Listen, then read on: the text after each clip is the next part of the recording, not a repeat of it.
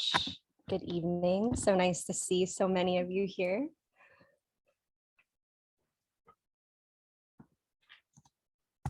All right.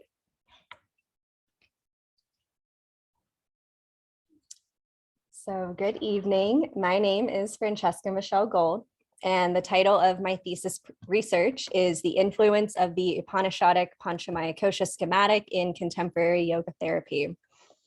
So if you're in the yoga or the yoga therapy world, chances are that you've heard of the koshas. They've become quite popularized in recent years, and it's easy to see why.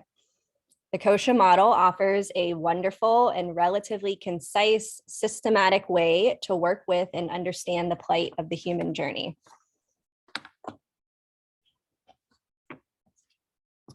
So just a little bit about me. I'm currently in private practice as a certified yoga therapist in Ojai, California, under the name Namina Yoga Therapy. And I've been working one-on-one with folks for over a decade. I also recently opened a yoga studio and community hall focusing on accessibility, inclusion, and much more. And you can learn all about it online. So I first learned of the Panchamayakosha model in 2010 when learning about the Upanishads in a training through the Himalayan Institute. And I was introduced to it in a therapeutic lens in 2015 during my yoga therapy training here. So what is it?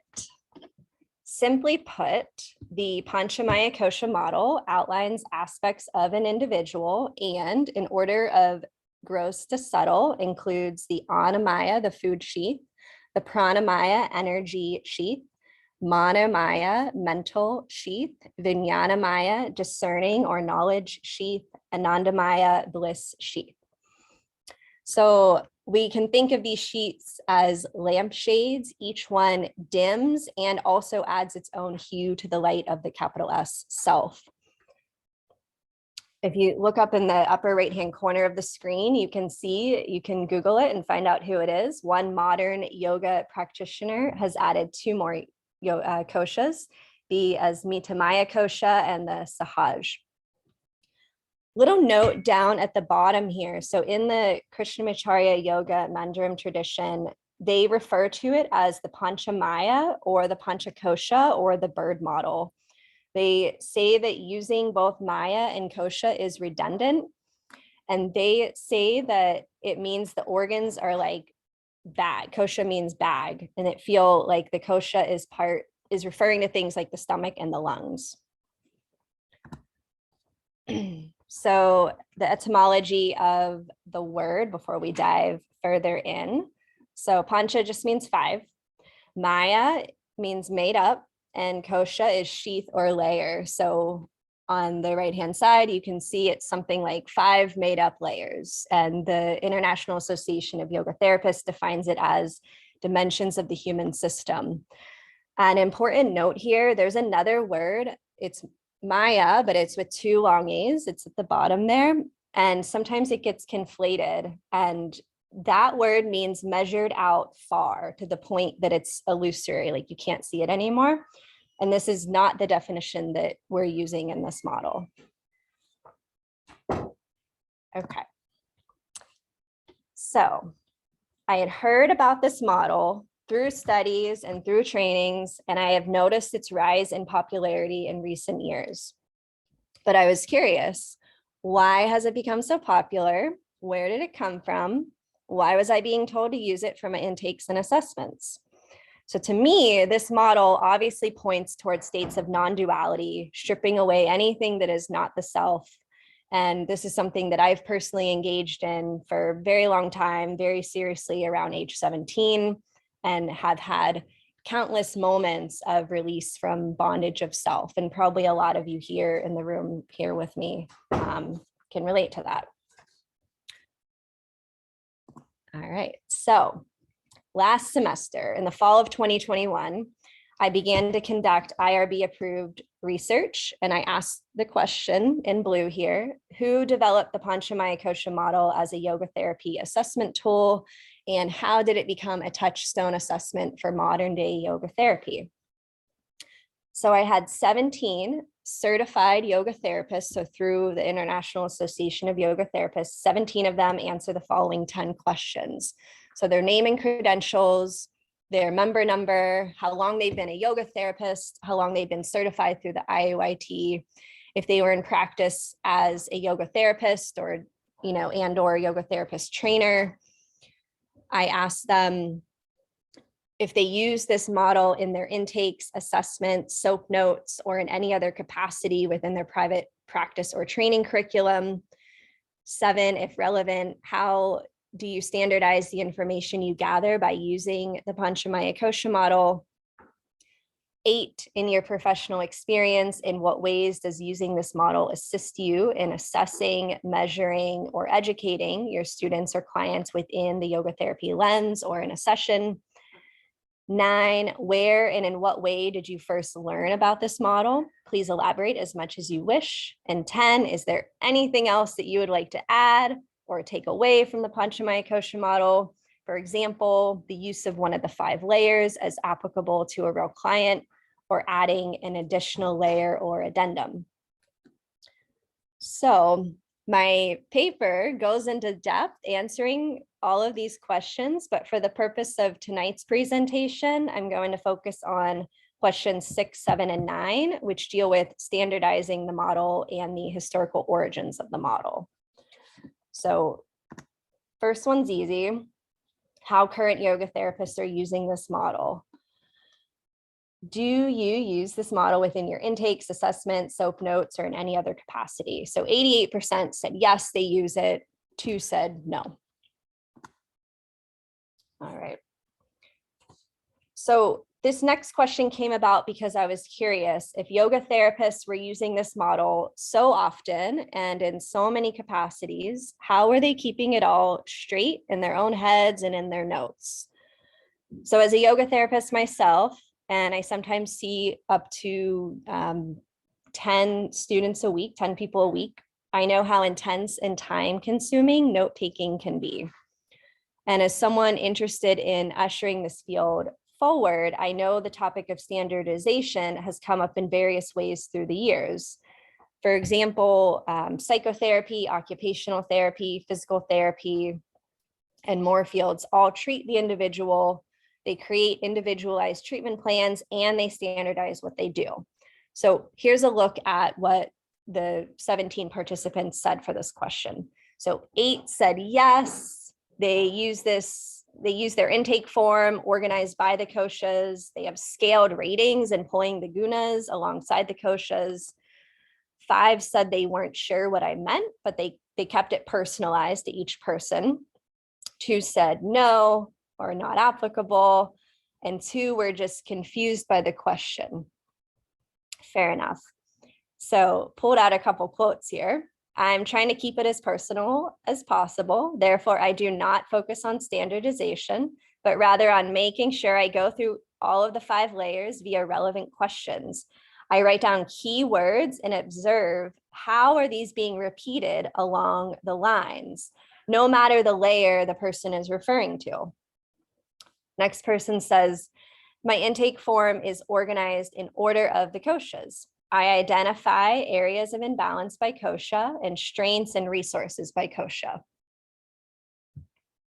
And finally, a person shares that they use it as a broad lens in which to understand a client rather than a specific assessment tool, and notes that so much of what we assess is not validated yet, and explains that yoga therapists ought to have standards and that this is different than being standardized. And I thought that was a really important point. All right. And finally, the last question I'm going to share here with you. Where are we learning this model? So I shared where I learned it. I was curious, in what way was this model being taught? So some of the people learned it at the Mount Madonna Center, not as an assessment. The Yoga Therapy Institute in Amsterdam, the Kripalu School here at LMU, YTRX, the Piedmont Yoga Studies Advanced Studies Program, Inner Peace Yoga Therapy.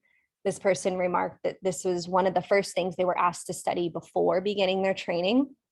Individuals also taught it to people such as Matthew Rumsky, Joseph and Lillian LePage, Matthew Taylor, Nishala Devi, B.K.S. Iyengar's book Light on Life, and the Krishnamacharya Yoga Mandiram from Desikachar, Dr. Ananda Bhavani, and in other traditional contexts.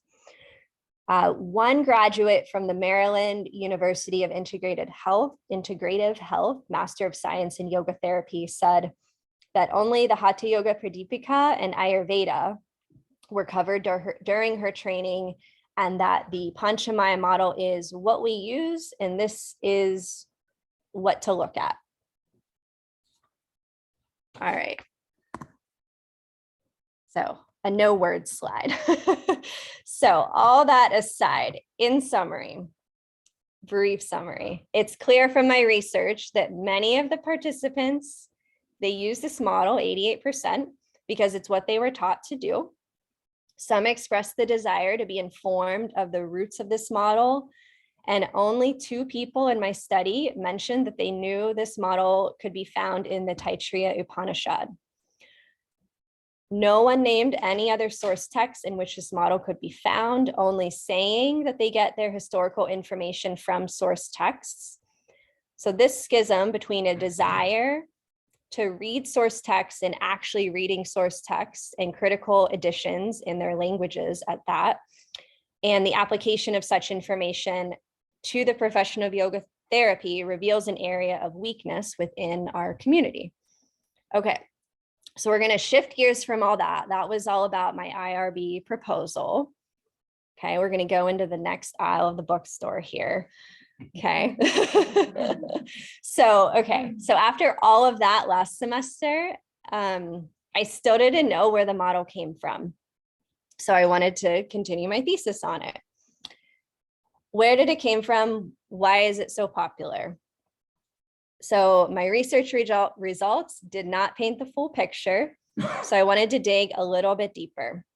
Here's what we know, here's what I knew going into it. So the seed of reference to what is now referred to as the Panchamayakosha model is first found in Upanishadic literature.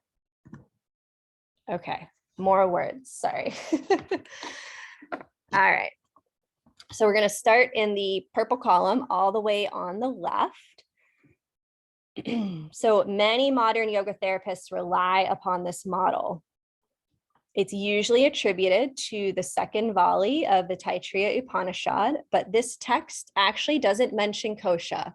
So therefore, this model is not 2,500 years old as it's normally cited as being, and saying it is it's just inaccurate. So we're going to skip over to the blue column to the 17th century. So modern scholar James Mallinson asserts that the model did not appear or wasn't mentioned in text until this time period, so 17th century. He says that this is perhaps due to Vedanta becoming the dominant philosophy in India around this time. As Hatha Yoga became widely grafted across traditions, this Upanishadic model of the body was grafted onto, or he says maybe displaced onto, other more commonly accepted conceptions of the yogic body. He calls the kosha model insignificant and general until the modern age resurrected it. So the blue column, Hatha Yoga texts such as the Hatha Yoga Pradipika began to use the word kosha in the 16th century, might mean to say 17th there. The Yuktabhava Deva mentions it, and this is Mallinson's research in chapter 3, verse 6. The Yuktabhava Deva is one that draws upon many other historical texts, such as the Yoga Vashishta, the Mahabharata, the Puranas, the Dharmashastras, and the Upanishads. Okay, so we got the purple column, we got the blue column. So in summary, so far, some of us think it's 2,500 years old, and James Mallinson cites it as 400 years old. And the reality is somewhere in between. So here's what I found, along with some help. So we're going to take a look at the green column. The 2 texts that mention kosha here were discovered by Dr. Christopher Chappell and shared with me. The word kosha first received recognition about 1,200 years ago through its use by the Advaita Vedanta philosopher Sri Adi Shankaracharya, who wrote commentaries on the Upanishads, the Bhagavad Gita, the Brahma Sutras, and the Brahma Sutras. Shankaracharya's commentary on the Taittiriya Upanishad lists the 5 aspects of the now well-known Panchamayakosha model. Shankaracharya also writes about the koshas in the Vivekachudamani, an 8th or 9th century Advaita Vedantic text written in the form of a poem. So in verse 164, it explains how identification with the body is the source of misery, and the reader is advised to destroy any identification with the body with utmost care to avoid rebirth.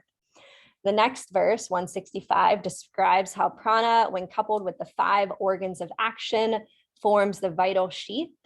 The sheath is permeated by the food sheath, and so on. So the food body relies on prana, animating it through speech, manual activity, locomotion, excretion, and reproduction. The next 45 verses go into more detail regarding the 5 sheaths. And finally, all the way down at verse 210, explains how once these sheaths are eliminated, the Atman, or the true self, is revealed. So the important point here with all of that is, from the perspective of these texts, this text is to eliminate identification with each sheath, one by one, to reveal the practitioner's true self. All right, so over to the orange column now. And this is my original research. So I found at least 6 minor Upanishads in which kosha is mentioned. The Trishik Brahmana Upanishad, the 44th of 108 Upanishads. It's a non-dual Vedantic text from the early millennium CE. And it mentions kosha in verses 12 and 13 within the context of the self, the senses, and the elements. So that adds up. The Tejo Bindu Upanishad, the 37th of 108 Upanishads, also mentions kosha in lines 4.74 to 5 and then 6.56. The context in this Upanishad is in regard to the Jiva Mukti, or embodied salvation. The mention of sheaths in this context is of negation, neti neti, if you're familiar with that, and mentions that neither the 5 sheaths nor the 5 deities are reality. Okay, so we're still in the orange column. I found a translated copy of the 30 minor Upanishads, and it contains Upanishads I have never heard of. They're lesser well known, they're not referenced, but they're potent and they're there. So there are 2 texts here that contain the term kosha. So the Savasara Upanishad and the Subala Upanishad. The exact date of the Sarvasara Upanishad is unknown, but it's found within the Muktika Upanishad, a late medieval text, and it discusses a variety of subjects, including moksha, bandhas, states of consciousness, atma, and maya, with 2 long A's. There's a series of questions in the Sarvasara Upanishad, and the 6th question asks, what are the pranamaya, manomaya, vinyanamaya, and anandamaya koshas? I'm going to read the answer here. It's a little long. The answer is the Annamaya sheath is the aggregate of the materials formed by food. When the 10 vayus, or vital airs, pranas, and others flow through the Annamaya sheath, then it is called the Pranamaya sheath. When Atma, connected with the other 2 sheaths, performs the functions of hearing, etc., through the 14 organs of manas and others, then it is called the Manomaya sheath. When the internal organs connected with the above 3 sheaths, then arise the modifications of contemplation, meditation, etc. About the peculiarities of the sheaths, then it is called the Vinyanamaya sheath. So when the self, or the jnana, is in its self bliss, this is a translation, so sorry, it's weirdly worded at times. When the self, jnana, is in the self bliss, like the banyan tree in its seed, though associated with these four sheaths caused by jnana. So the absence of with the A in front. Then it is called the Anandamaya sheath. Atma, which is associated with the Upadi, the vehicle of these sheaths, is figuratively called kosha. Okay, so that's a lot. We got a little bit more here. So still in the orange column, the Subala Upanishad also mentions koshas. This text discusses cosmology, physiology, psychology, and metaphysics. It's the 30th of 108 Upanishads. It's difficult to date. Best guess is it is a late Upanishadic text, and it begins with a story of creation and mentions the tanmatras. And after discussing the nadis, it mentions koshas in Kanda 4. It says there are 10 nadis, and each of these are 71, and these become 72,000. When Atma sleeps therein, it produces sound, but when Atma sleeps in the second kosha or sheath, then it sees this world and the higher as also knows all the sounds. This is spoken of deep rest sleep. The prana protects the body. The nadis are full of blood of the colors green, blue, yellow, red, and white. Now this Daraha lotus has many petals like a lily. Like a hair divided into 1,000 parts, the nadis are called hita.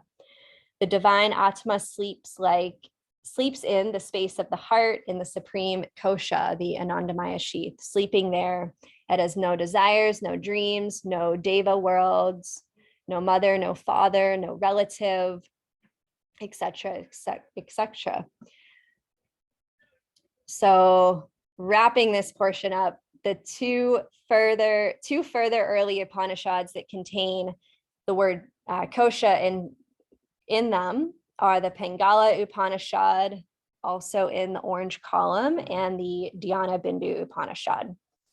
So finishing up in the yellow column, from a modern perspective, the model of the koshas has been expanded upon and utilized by early 20th century yoga guru Swami Shivananda and many others, of course. He framed it as a part of yoga where the stilling of the discordant vibratory tempos of the lower koshas is done. B.K.S. Iyengar's expansive teachings also reference the kosha model, as well as Sri TKV Desikachar. All right.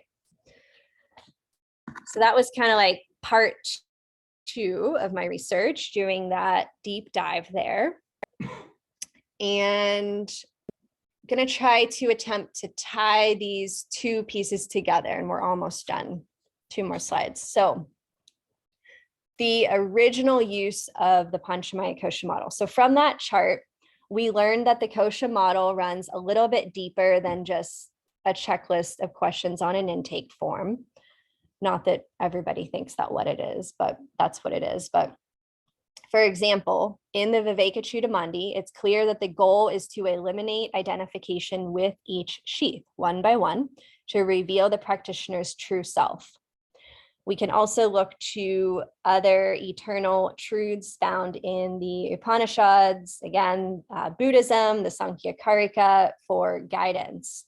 So in verse 64 of the Sankhya-karika, can read the English part with me here, the translated part. Thus, from the practice of the tattvas comes the knowledge, I am not, nothing is mine, there is no I.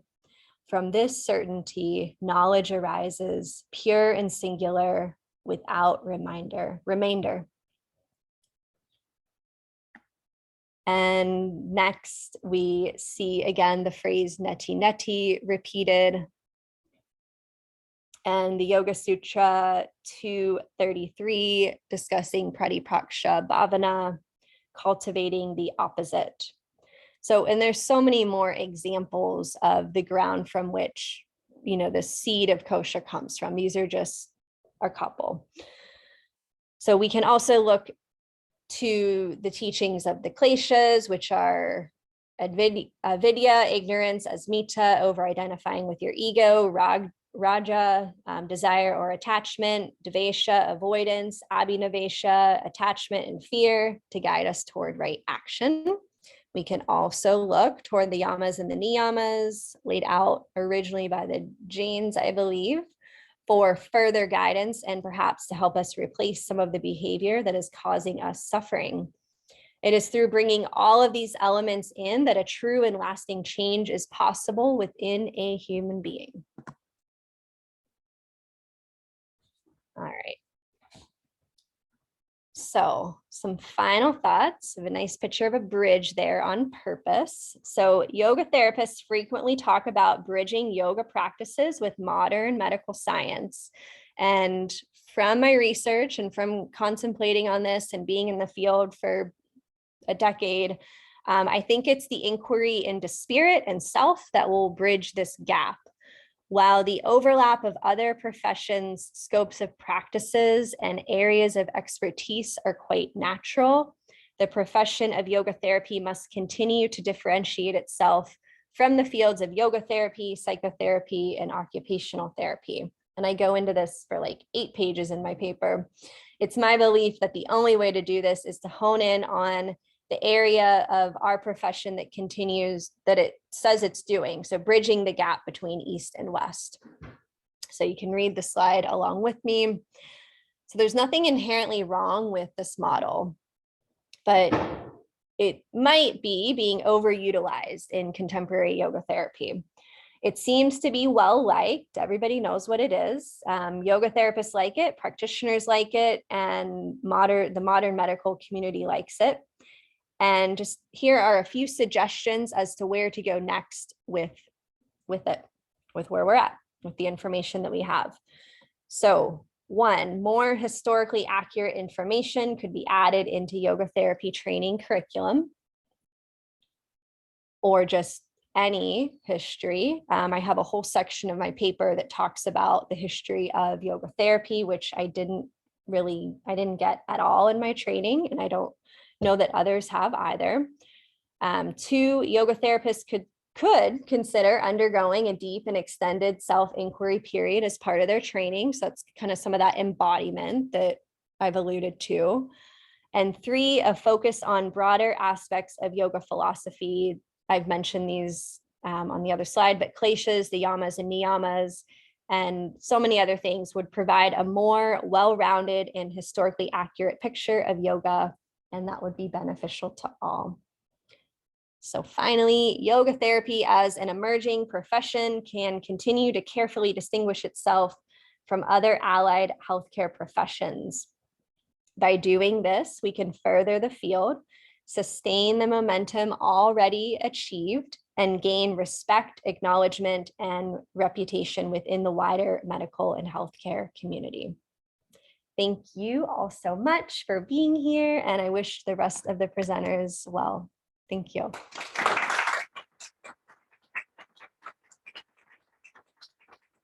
Yes, Dr. Chappell. Okay, we do have time for a little bit of questioning. And what I would like to know is, how does an intake form survey your koshas? That's a good question. I almost included some examples in the very long PowerPoint, but I didn't. It asks specific questions regarding each of the koshas. None are coming to me at this on the spot moment, but I do know that yeah. Like a food question, like on the what sort of question, like what is your diet like? Yeah, what is your diet like? Do you have any aches and pains in your body? Where things like kind of basic. Okay. If we could use that question. Yeah. Do you for the next regulated breath, is that another question? Yeah. So for the next question, I would say something like, do you notice, your breath? I think one I have on my intake form is, do you notice your breath speeds up when you're stressed out? Something like that. That's sort of a leading question, isn't it? Yeah, it's like, yes. Like energy level. Yeah. Energy level. What's your energy? Yeah, yeah. Good, thank you. Any Mhm. other questions? So. Which kosha do you feel most connected to?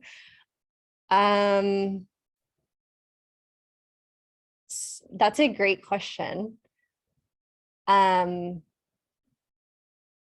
Personally, and I tried to, keep it balanced here in my opinion in all this and just presenting the facts, but I don't relate to this model actually super deeply. So that's my answer. Yeah. When you were looking for kosha in the different texts, were you looking specifically for that word, or were you also looking for Panchamaya as describing the Panchamaya without using the word kosha? Just kosha for this. So the word kosha, even Yes. so discerning the kosha as a bag or just the word kosha. Yeah. If I did a dissertation on this, I think I could expand it, but it was very intense to look through all the texts and find just one word. Yeah. Yeah, but that's a really good question. Yeah, we could look at so many more little pockets and really paint a really big picture of it, I think. Yeah, because the description of it without the particular word kosha, but using other words. You're talking about the layers of Right. the Or sheath, or yeah, exactly. Yeah. In a lot of the translations, the word sheath was used. Yeah.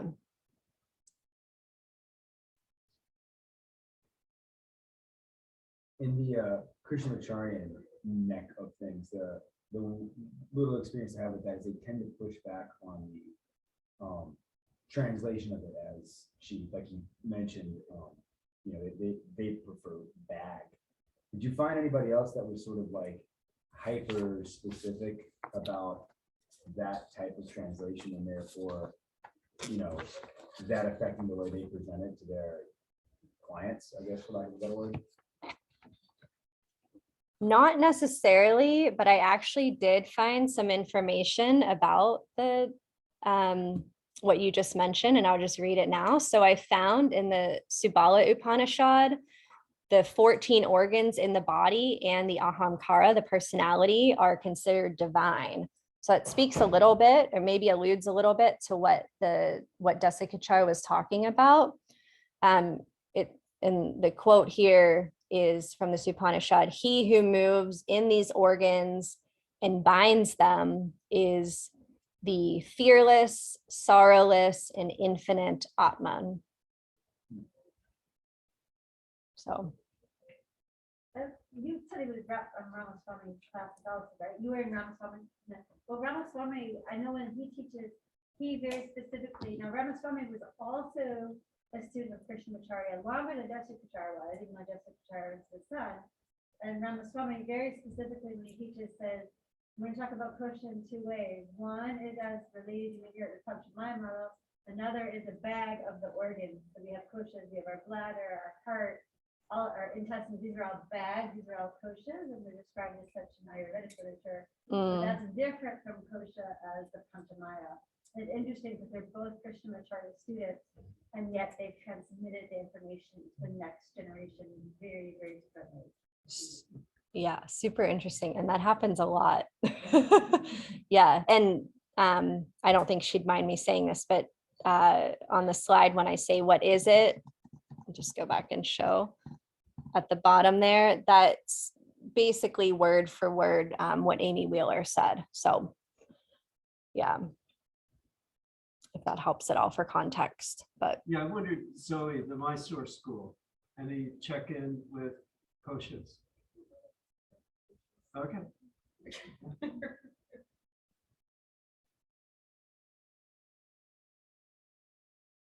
All All right. right. Well, thank you all so much.